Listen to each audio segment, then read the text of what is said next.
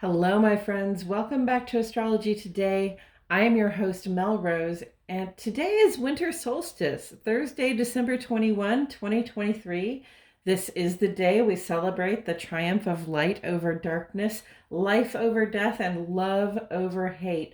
But before we dive into it, please take a moment to like this video, subscribe to my channel, and click for notifications.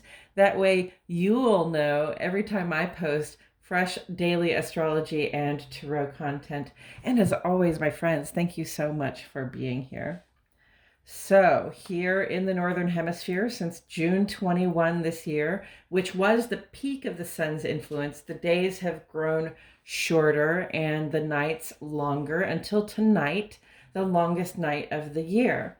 This is the low point of the sun's influence, and it's a moment we celebrate because eons of experience tell us that a few days from now, the sun will rise a little earlier in the morning than it did before.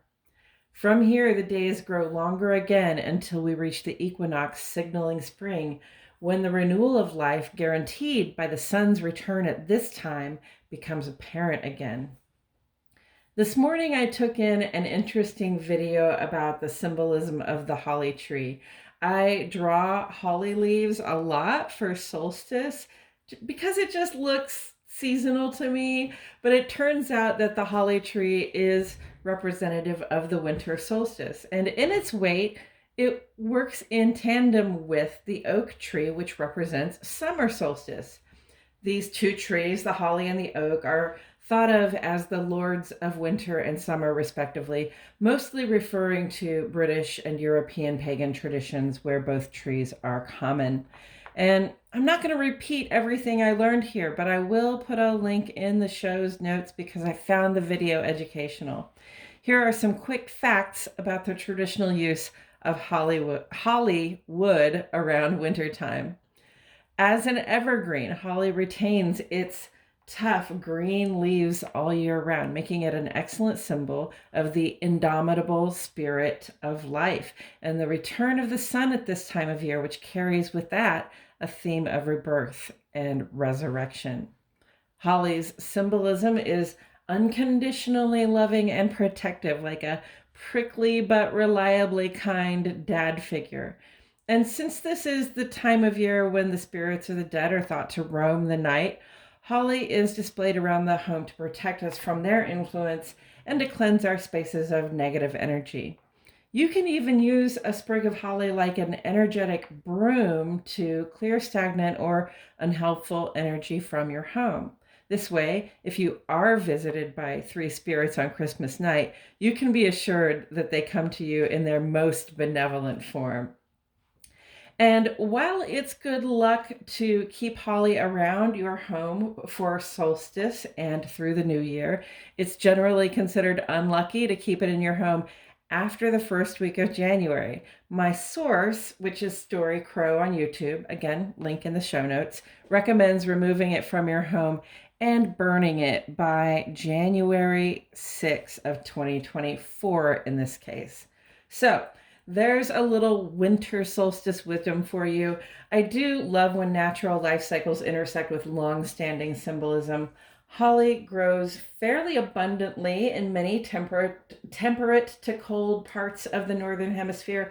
So for many of us, it wouldn't be hard to find some. Often holly trees grow near oak trees. However, if you want to bring it home with you, I recommend a sturdy pair of clippers, a jacket, and thick leather gloves, as holly leaves are sharp and prickly. I'm saying that from experience, friends. And of course, get permission from the landowner and the tree before just running off with boughs of holly to put up in your house. In other astrology today, Mercury retrograde in Capricorn falls back into a cooperative vibe with Saturn. Again, this is the second of 3 times we meet this same aspect during the Mercury retro loop. Mercury sextile Saturn maximizes our ability to think, plan, create with our minds the circumstances that reinforce stability in our lives. So this arc started on December 2 when Mercury was still direct on the day it entered Capricorn. And that's significant because Saturn rules Capricorn. So it introduced this very cooperative vibe where we're able to focus on our goals and aspirations while making really solid and practical plans. Today, we hit the Mercury retrograde version of this aspect, revisiting themes of conversations and planning that were happening around the 2nd. And then coming up on January 18, Mercury will have gone direct again, and we reach the 3rd iteration of this particular story arc that includes cooperation, communication, collaboration, and our goals and aspirations, especially where it concerns our material security and structures and networks of support that we rely on.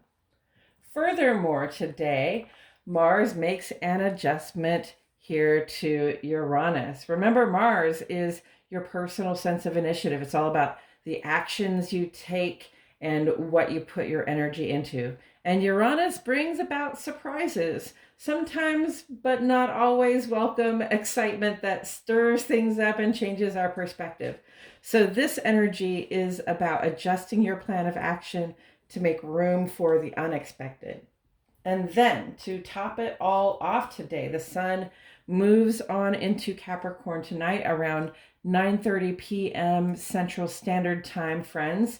This is the turning point moment of the solstice when we officially leave autumn behind for winter, but with, again, that promise and understanding that the sun's light is now returning and springtime is imminent. Where Sun in Sagittarius influences us to be truthful and to spread warmth and inspiration where we can, adventurous, the Sun in Capricorn wants us to get down to the business of turning inspiration into reality, making those good ideas have value for us. And we now have a whole month to talk about that. So I suppose that's it for today's astrology. I hope you are all feeling very happy and well. I am wishing happy Yule and solstice blessings to each and every one of you. If you celebrate solstice at your home, I would love to hear about your own traditions. And if you enjoyed the video, feel free to drop 3 evergreen tree emojis in the comments section for the themes of rebirth and life everlasting that visit us with this holiday. And until next time, friends, keep looking up.